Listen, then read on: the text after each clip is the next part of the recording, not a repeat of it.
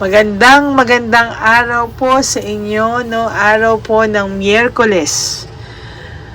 Hi. Okay, medyo okay na po ako. Thank you po at nakapagpahinga naman po ako ng maayos, no? Kahapon ay nag-soup lang ako pag uwi ko and then nagpahinga po ako, no? Kaya ngayon lang po ulit ako makakapagbigay ng readings. Yung kahapon po is video ko na yon ng umaga at tanghali, no, bago po ako magpabunot. Kaya ito po, no, magbibigay po tayo ulit. Ano po ba ang pwedeng makita natin sa araw na to ng Miyerkules, no? Tingnan po natin ano ang magano lang tayo, random lang po tayo, no? Sobrang ikli lang, no, na situational sa isa pong bunutan, no? Gusto ko lang pong makita sa isang bunutan ano po ang pwede nating makita. Kukuha lang po ako ng 10 cards each, ano? Okay. Person 1, 1, 2, 3, 4, 5, 6, 7, 8, 9, 10. 1, 2, 3, 4, 5, 6, 7, 8, 9, 10. 1, 2, 3, 4, 5, 6, 7, 8, 9, 10. Okay. For situation 1, dito natin lalagay. Ano ang nararamdaman or nangyayari sa person 1, no? Tingnan natin po, no? Okay, person 1 is willpower, desire, and manifestation. Meaning ito ay may katigasan ng ulo, no? Na kahit sabihin mong ayaw mo na, ay imamanifest at imamanifest ka pa rin yan, no? Meron siyang willpower and desire para mamanifest kang bumalik. Finding peace, moving on, feeling ng taong to, ikaw kasi ay nag-a-adjust na sa buhay, no? Nag-move forward ka na, moving on. Ayaw mo na ng magulong relationship, gusto mo na ng maayos na buhay, no? Maayos na buhay. Kaya ang feeling ng taong ito ay minamanifest ka na secretly, nag-hope siya na wag kang makamove on from him or her. Ay, ano ba yan? Dalawa talaga, oh. Talagang sigurado siya na nag-move on ka na. And for some of you, pwede, no? Pwede talagang naka-move on ka na at naka-adjust ka na wala itong taong to sa buhay mo. No direction, ano? No direction, unpredictable, no? Feeling niya, yung pag-move on mo daw ay hindi pa final, no? Kahit na sa'yo, feeling mo, gusto mo na lang nakatahimikan, no? Umalis ka na sa buhay ko, palayain mo na ako, pero sa totoo lang, no direction, unpredictable. Hindi pa po close ang barahan nyo, hindi pa po close ang libro nyo, no? So, tama siya, pwedeng pag bumalik siya sa'yo, kahit papano, ay magdadalawang isip ka for some of you, no? Hindi ko po nilalahat, for some of you, okay? Yung iba kasi, ikaw, sa inyo, no? Ikaw kasi, parang lumayo ka na lang because of your moral ethics and tradition, no? So, malamang itong situation to is a third party situation. Meaning kayo po yung third party, no? Lumayo ka kasi nahihirapan ka na, ayaw mo ng ganitong klaseng buhay, alam mo na hindi tama yung relationship and all, but mahal mo no? No judgment, mahal mo, no? Pero pinipilit mong mag-move on, pinipilit mong wag na, tama na, no? Pero somehow nakikita kong mahal mo pa ang taong to. Ang dami mong sinakripisyo, ang dami mong naging martir ka dahil sa pagmamahal. Dahil sa pagmamahal, naging martir ka, no? Tiniis mo kahit na nakikita mo sila o alam mo na may asawa to or alam mo ano, tiniis mo kahit gaano kasakit, nagpakamartir ka. Why? Because you truly love this person, no? Emotional immaturity, yung lalaki meron siya emotional immaturity, no? Ayaw kanya i-let go kahit alam niyang unfair, kahit alam niyang selfish, ayaw ka po niyang i-let go, no? Ayaw niya po. Awakening, no? Para kang nagkaroon bigla ng reflection na tama na, ayoko na, no? Hindi pala tama itong nararamdaman ko. Maling-mali pala ako, no? Kaya gusto mong mag-move on talaga. Ayan, ang dalawang nakikita ko. Finding peace, moving on, and leaving behind, no? Dahil sa ngayon, yung pagmamahal mo, pwedeng napalitan na ng galit, no? Napalitan na ng pagkaayaw, no? Kasi naiisip mo na ang tagal mong nagsakripisyo, ang tagal mong tiniis, pero ngayon nasa stage ka na nakaka-move on ka na siya hindi niya matanggap, pero ikaw nakaka-move on ka na, and sooner or later, ngayon nagagalit ka na sa kanya, but sooner and later maiintindihan mo lahat, you will have victory and success.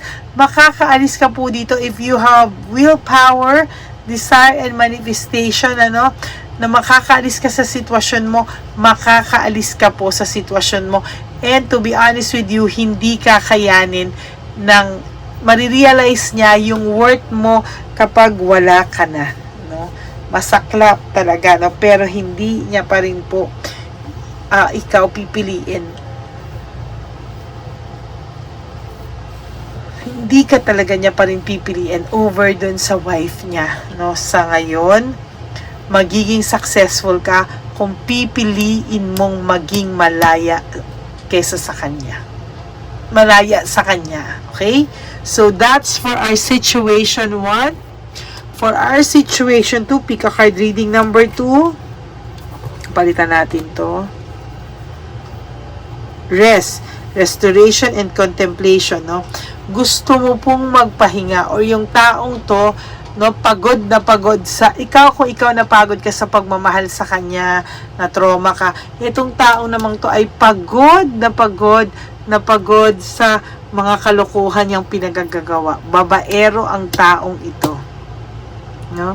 Babaero ang taong ito, sobrang pagod siya, kaka-strategize, no? So pagod talaga tong taong to.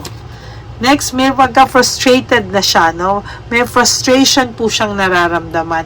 Meaning, ang taong to ay pagod din, Sabi ko nga sa inyo, pwedeng pagod siya sa kalokohan niya, na-frustrate siya kasi kahit na anong kalokohan niya, kahit gaano siya kababaero, na-frustrate siya, bakit sa'yo at sa'yo pa rin dinadala ang isip niya, no?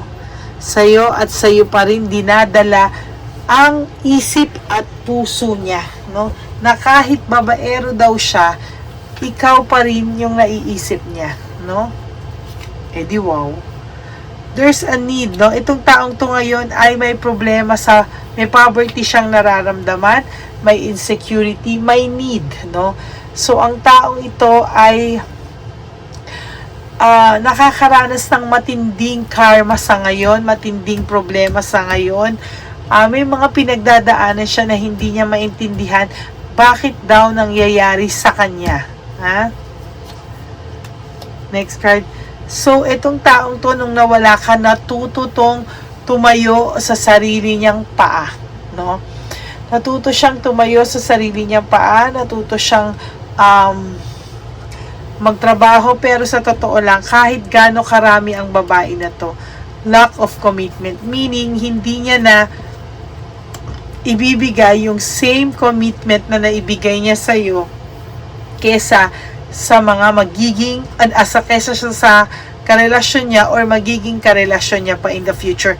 Iba daw yung sa'yo at hindi na raw siya makakapagmahal pa ng ganon. Palitan na naman natin to. Ano to? Direction and control. No? So, sa ngayon, yung direksyon ng buhay niya, kailangan niyang kontrolin lahat ng bagay, lahat ng tao. Kasi kung hindi, no, parang mawawala ng saysay yung panloloko niya sa'yo kung hindi niya kokontrolin yung lahat ng bagay, no? Kailangan siya yung may hawak, alam niya lahat, para alam niya yung moves niya. Kasi ngayon, nawalan siya ng control. Hindi niya alam ano ang pakiramdam mo, hindi niya alam kung anong nasa isip at puso mo, no? Wala siya talagang alam, as in zero, no? Hindi niya alam. And next, there's this friendship and happiness, no? Naiinis ang taong to pag lumalabas ka nakasama ang mga kaibigan mo. Why? Because alam nila na masaya ka talaga. At ayaw nila makipagkaibigan ka sa mga kaibigan mo, no? Kaya ngayon na wala kayo at bumalik ka sa mga friends mo, yan, no? Diba? Selfish siya, no? Seloso at insecure, no? Itong taong to ay may pagka-selfish, no? Loko siya ng loko sa'yo. Pero the truth is, no? Loko siya ng loko sa'yo, pero yung totoo, selfish siya, no? Siya yung nagsiselos, siya yung insecure, no? Kaya, binabaliktad ka niya, sinisisi ka niya lahat, pero the truth is, siya yun, no? Siya yun. Wala kayong closure ng taong to, or pwede rin namang incomplete, no? Incomplete yung paghihiwalay nyo, no? Very, kumbaga sa mahirapan siya, no? Mahihirapan talaga siyang makamove on kasi nga wala kayong closure, di ba? Kaya yun, kailangan yung sa bagay, kung sira ulo to, wag na lang din. Next is loss of balance. Lack and loss of balance, meaning temperance, nawalan na po siya sa'yo ng control, no? Parang nawalan siya ng balance bigla, no? Hindi niya alam na akala niya kontrolado niya yung mga bagay, pero hindi pala. Now, walang kumpiyansa itong taong to sa sarili niya, no? And for our last card, we have disaster, no? And broken pride, no? Shucks. Ang taong to ay gulong-gulo sa buhay niya ngayon. Ang lahat ng nangyayari sa kanya ay malas, disaster ang nangyayari sa kanya. Broken pride, no? Shattered dreams, lahat, no? Talagang, ay nako. And for our last situation, no? After this disaster ng situation 2, what is situation number 3 or pick a card reading number 3, no? Naku, isa pa to, burnout and overstress, no? Ang person nyo ngayon for situation 3 is burned out and super stress, no? Overstress siya, meaning sagad-sagaran, ano? Sagad-sagaran, ano? Ginagawa niya to kasi hindi niya maalis ang guilt feeling niya. At hanggang ngayon, no, hindi niya alam kung napatawad mo na daw ba siya at nakapag-recover ka na daw, no? Ang taong ito ay binubuhos talaga yung sarili niya sa pagkabwisit, sa stress, para hindi niya po maisip yung guilt na nararamdaman niya. Ano to? Insecurity and martyrdom. Pinagbibintangan ka nga rin po niya na ikaw yung insecure pero sa totoo lang po, hindi ka insecure, no? It's the other way around. Siya yung insecure. Second, may pagka-martyr ka. Oo naman, may pagka-martyr ka po talaga. Sinakripisyo mo po dito. Wala ka pong tinira sa sarili mo. Minahal mo po ito ng buong buo. Head over heart, no? Feeling mo po itong taong to ay hindi ka minahal. Kinailangan ka lamang, no? Pero the truth is, meron naman po. May pagmamahal naman siya sa'yo. Yun nga lang kung ang pagmamahal mo dito ay 100%, ang pagmamahal niya po ay kalahati ng pagmamahal mo. Loss of balance, disorganized, overwhelmed. So sabi ko nga sa inyo, kaya frustrated to, no? Kasi hindi niya alam kung ano pa yung control niya sa inyo, no? Disorganized siya sa mga bagay-bagay. Overwhelmed siya. Hindi niya na rin po alam kung ano po ang kailangan niyang gawin just to win you back. Next is action, adventure, and fearlessness, no? Nai-imagine niya rin po at nalulungkot din po siya kasi nami-miss niya po yung adventure niyo together, no? Nami-miss niya po yung samahan niyo dati na masaya, na alis ng alis, no? na nagbabanding kayo for simple coffee, ganyan, anything na gawin nyo under the sun, no, na appreciate niya at naiisip niya. So, there's a control for compassion and balance, no? Kailangan ng taong tong makasiguro na bago siya bumalik, ay babalikan mo siya. So, kailangan niya muna ng control sa mga bagay-bagay bago niya siguraduhin kung gusto niyang bumalik sa'yo, kung meron siyang mapapala, no, sa pagbalik niya. Kasi kung wala siyang mapapala, hindi po ito gagawa ng effort. Patigasan na lang daw po kayo. Pero kahit gaano to katigas, no, he always remember your partnership, no, na once in your life, naging sobrang in love daw kayo with each other, no, sobrang minahal nyo rin naman yung isa't isa. Ano to? Kaya nung nawala ka sa kanya, nagkaroon din naman siya ng anxiety, trauma, and hopelessness, no? Hindi niya po maintindihan kung guilt feeling ba to, kung ito ba ay out of love, out of miss, no? Mixed emotions. He has mixed emotions. Kasi sa totoo lang po, hindi po alam ng taong to kung ano po ang nararamdaman mo sa kanya, kung ikaw daw ba ay in love pa o ikaw ay nakalimot na. Yan. Cold heart ba ito? Tama? Oo nga. Cold heart and emptiness. Bitterness, sorry. Cold heart and bitterness. Yun nga po, iniisip niya na nagalit ka sa kanya, nagalit ka pa rin sa kanya, na bitter ka pa rin sa kanya, na malamig ka na sa kanya, or hindi mo na siya mahal. No? Yan, no? So, nagkaroon tayo ng situation 1, situation 2, situation 3, no? So, yan po ang nararamdaman ng person nyo. All you have to do is to choose if you are in situation 1, 2, 3. Bago nyo po ito panoorin, no? Mamili muna po kayo kung situation 1, 2, or 3 kayo. Ha? Sa pick a card natin, no? Pick a card reading, kamusta ang person nyo? Situation 1, 2, 3. Okay? So, that's it, no, for our readings for today, this morning. Maraming po salamat, no. Medyo iniklian ko lang po kasi talagang medyo kumikirot-kirot pa po yung bunot ko, no. Pero maraming salamat po sa inyo sa nanood, at sa iyo rin po, maraming salamat po, no. At palagi po kayong nandyan, yung suporta nyo sa akin. Maraming salamat po. From the bottom of my heart, I love you all. For those of you po na who wants to have a private reading with me, you can always message me at Ladyly Elena. That's Ladyly. Elena, ELEYNA. That's my only official and legit FB account, no? So, wala ka na pong ibang message kung hindi si Ladyly Elena. Wala po akong ibang account. Diyan ka lang po mag-message. At sasagutin ka po namin, hindi man po agad-agad, but we promise to answer you within the day. Okay? So, maraming pong salamat, and I hope na enjoy nyo po ang ating reading this morning, no? Ang reading natin ay pick a card, kamusta ang pakiramdam niya sa mga oras na to, ano yung naiisip niya sa sitwasyon nyo ngayon, ngayong araw na to. Yan, so maraming pong salamat, and may you have a good day ahead of you, no? Tanggalin po natin yung mga stress natin. We choose our battles wisely.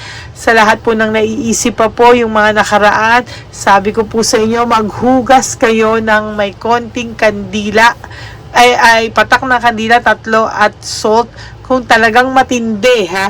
Pero kung hindi matindi, kahit maghugas ka lang po ng salt, okay na din yun. Okay, for those of you po, no, please, no skipping of ads. Please like and comment, no, para po makita ko naman yung mga comments nyo. Nanonood po ako yan bago ako matulog, at binabasa ko lang po yung mga comments nyo. And natutuwa po ako, at sometimes, pag hindi po ako pagod, naha-heart ko po yung mga comments. But sometimes, kung minalagtawan ako, I'm sorry, hindi ko, minsan kasi po antok na ako, malabo na rin ang mata ko minsan, no? So, yun. No? So maraming salamat po again and again and again for always making me feel special and loved. Maraming po salamat. And again, on Feb 23 and 29, I'll be asking for your prayers. I will have my whole abdomen ultrasound on on February 23 at exactly 7 a.m. and yung breast and TVS ko po, Trans V, on Feb 29 for general checkup. Yun. So maraming pong salamat, and I hope maraming nakaresonate dito sa aking reading. Tandaan nyo po sasabihin ko sa inyo to. Hindi po kayo mapapadpad sa channel ko ng walang dahilan, no? Everything happens for a reason. You have to choose lang po kung ano ang situation that you're in right now. Okay? So, yan lang po. And thank you so much po. And may you have a good day ahead of you. Pasensya na po talaga. Masakit pa po yung pagpabunot sa akin. Pero I will be fine. I will be okay. Thank you, Lord. Diba? Sige po. Maraming salamat po. Bye! I love you all. From the bottom of my heart, I love you all. Thank you po. Bye.